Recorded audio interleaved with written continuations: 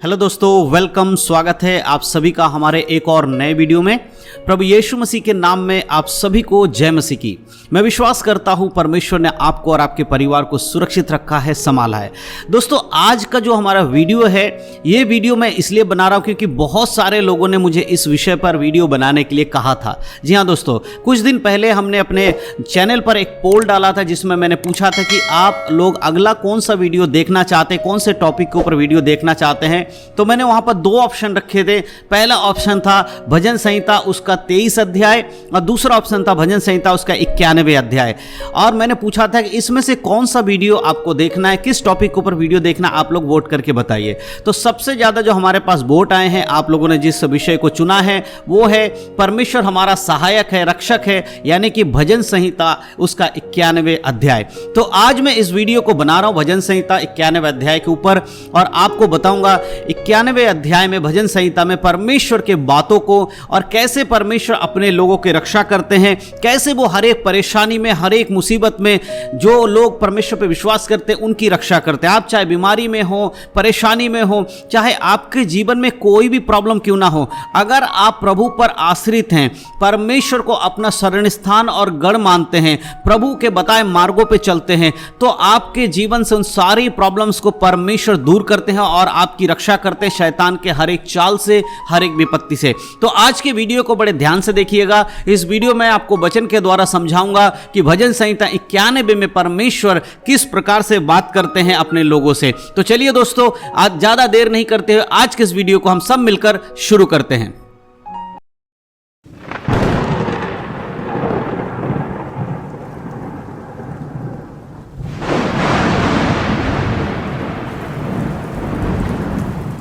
तो दोस्तों, जैसे कि मैंने कहा, आज हम बात करने वाले हैं भजन संहिता 91 अध्याय पर।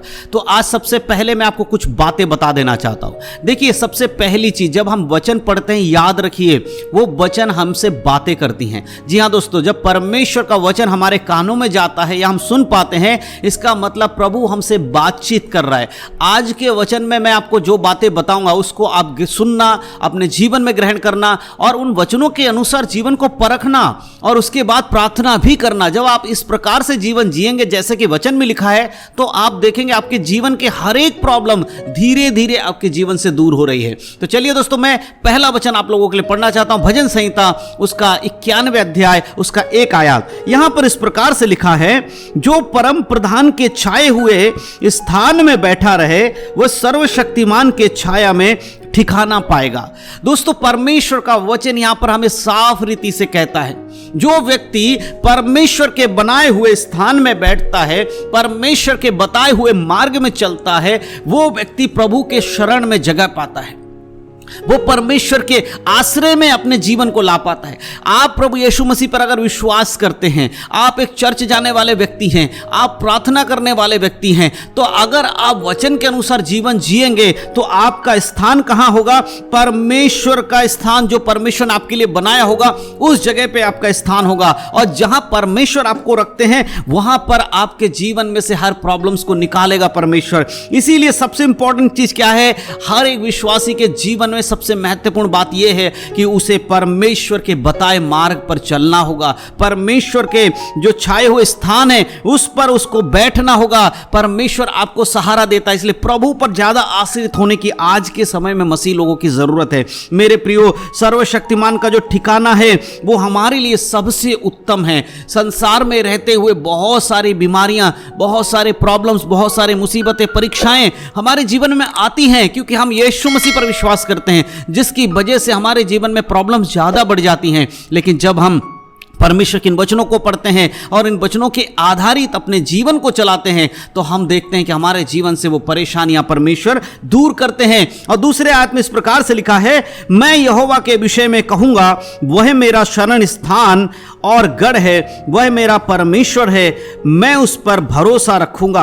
परमेश्वर के वचन के अनुसार जब आप प्रभु पर विश्वास रखते हैं, उसको अपना शरण स्थान कहते हैं, अपना गढ़ कहते हैं, उस पर भरोसा रखते हैं, तो परमेश्वर आपके सहारे का जो वायदा करता है, आपको बचाने का वायदा करता है। इस संसार में मेरे प्रियो, मनुष्य आपके लिए वायदे तो कर सकता है, मनुष्य कह सकता है कि मैं तेरे साथ खड़ा हूं, मैं तेरे विपत्ति में तुझे साथ दूंगा, लेकिन जब असली में विपत्ति किसी के जीवन में आती है तो मेरे प्रियो, जो अपने खुद के रिश्तेदार, अपने करीबी लोग, वो भी छोड़कर चले जाते हैं। हम उन पर भरोसा करते हैं जो इस संसार पर भरोसा करते हैं, लेकिन जब हम परमेश्वर पर भरोसा करते हैं वो हमें कभी छोड़कर नहीं जाते, क्योंकि परमेश्वर ने कहा है, अगर तू मुझ पर भरोसा करेगा, तू अगर मेरे ऊपर अपना शरण लेकर आएगा, कि मुझ पर कहेगा तू मेरा शरण स्थान है, परमेश्वर आप मेरे शरण स्थान हो, तो याद रखना मैं तुझे बचाऊंगा, तुझे संभाल कर रखूंगा। 3 आयत में कहता, वह तुझे बहलियों के जाल से और महामारी से बचाएगा। जी हां दोस्तों, परमेश्वर कहता बहलियों के जाल से। देखिए, एक चीज मैं आपको बताना चाहता हूं, आपने देखा होगा गांव में बहुत सारे लोग चिड़ियों को पकड़ते हैं और वो जाल बिछाते हैं। बहलिए जो होते हैं ना, चिड़ियों को फंसाने के लिए जाल बिछाते हैं और अचानक से कुछ दाने डाल देते हैं उसके अंदर, और बहुत सारी चिड़ियां उस दाने को खाने के लिए, उस भोजन को करने के लिए जब आती हैं और वो जाल में फंस जाती हैं। इसी प्रकार शैतान आपके आसपास बहुत सारे संसारिक बातों को लेकर आता है, ऐसी चीजों को लेकर आएगा कि आपको लगेगा नहीं है, मुझे तो इन चीजों को प्राप्त करना चाहिए, मुझे तो संसारिक आशीष को प्राप्त करना चाहिए, मुझे तो इन बातों में अपना दिमाग लगाना चाहिए, अपने ध्यान को लगाना चाहिए। जब आप ऐसा करेंगे तो आप उसके जाल में फंस जाएंगे। इसीलिए मेरे प्रिय, परमेश्वर कहता तू मुझ पे भरोसा रखेगा, मेरे बातों को मानेगा, तो जो बहलिया शैतान जो तेरे लिए जाल बिछा रहा है, जो तुझे धन संपत्ति, लालच, शोहरत, आशीष, संसारिक बातों के चंगाई छुटकारे वाली बातों को लाकर तुझे एक भरमा रहा है और तुझे मुझसे दूर लेकर जा रहा है, जाल में फंसा रहा है, उस जाल से मैं तुझे बचाऊंगा। लेकिन शर्त यही है मेरे प्रियो कि आपको परमेश्वर के वचन के अनुसार अपने जीवन को चलाना होगा, रोज प्रार्थना करना होगा, रोज बाइबल पढ़ना होगा, तभी आप इन बातों को समझ पाएंगे और वो महामारी से आपको बचाएगा।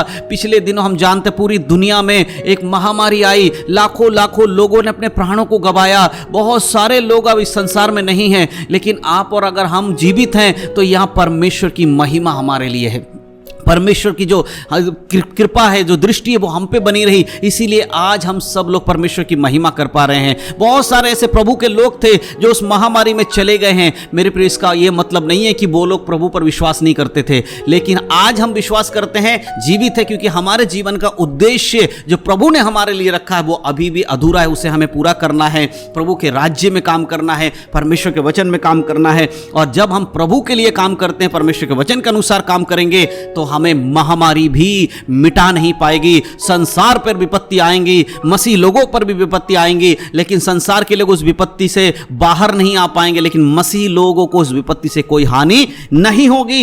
यह परमेश्वर का वायदा है। और 4 आयत में लिखा है, वह तुझे अपने पंखों की आड़ में ले लेगा और तू उसके परों के नीचे शरण पाएगा, उसकी सच्चाई तेरे लिए ढाल और झिलम ठहरेगी। परमेश्वर का वचन कहता है कि वह तुझे अपने पंखों की आड़ में ले लेगा। जैसे एक मुर्गी अपने बच्चों को, जब बारिश आती है, आंधी आते हैं, जब वो अपने बच्चों को लेकर घूम रही होती है, अचानक से आंधी तूफान बारिश होने लगे, आपने देखा होगा गांव में अगर आप रहते होंगे, मुर्गी के बच्चों को मुर्गी अपने पंखों के नीचे ले लेती है और वो खुद भीगती रहती है, लेकिन अपने बच्चों को भीगने नहीं देती। उसी प्रकार मेरे प्रियो, जब आपके ऊपर विपत्ति आएंगी, कोई अचानक से कोई मुसीबत आ जाएगी, परमेश्वर कहता मैं तुझे मुर्गी इसके जैसे जैसे मुर्गी अपने बच्चों को पंखों की आड़ में ले लेता है, उसी प्रकार मैं तो अपने पंखों की आड़ में तुझे ले लूंगा और अपने परों के नीचे तुझे शरण दूंगा। पर यानी कि उसका पंख है, उसके नीचे तू शरण पाएगा। और जो परमेश्वर की जो सच्चाई है ना, जो वायदा परमेश्वर करता है, वो ना टूटने वाला वायदा करता है। परमेश्वर हमारा झूठा परमेश्वर नहीं है, वो सच्चा परमेश्वर है और उसका वायदा हमेशा पक्का रहता है। इसीलिए उसके परों के नीचे शरण पाने वाले व्यक्ति को वो सच्चाई की ढाल से ढाक लेगा, उसकी झिलम से ढाक लेगा। मेरे प्रियो, शैतान का वार खाली जाएगा, वो आपके जीवन में कुछ कर नहीं पाएगा। मेरे प्रियो, ये भजन संहिता 91 वचन जब हम पढ़ते हैं, याद रखना है कि ये परमेश्वर का वायदा है हमारी रक्षा के लिए। अगर हम उसके वचन के अनुसार चलते हैं, अपने जीवन को परमेश्वर के वचन में चलाते हैं, तो वो हमारे जीवन में उत्तम कार्यों को करना चाहता। मेरे प्रियो, इसीलिए मेरे प्रियो याद रखिए, प्रभु के वचन के अनुसार जीवन जिए, चाहे कुछ भी होगा आपके जीवन में, तब भी परमेश्वर आपको उठाकर खड़ा करेगा। चाहे कितनी भी मुसीबतें आपके जीवन में आएंगी, परमेश्वर आपको उठाकर खड़ा करेंगे, लेकिन शर्त एक ही है कि आपको उस पर विश्वास रखना होगा।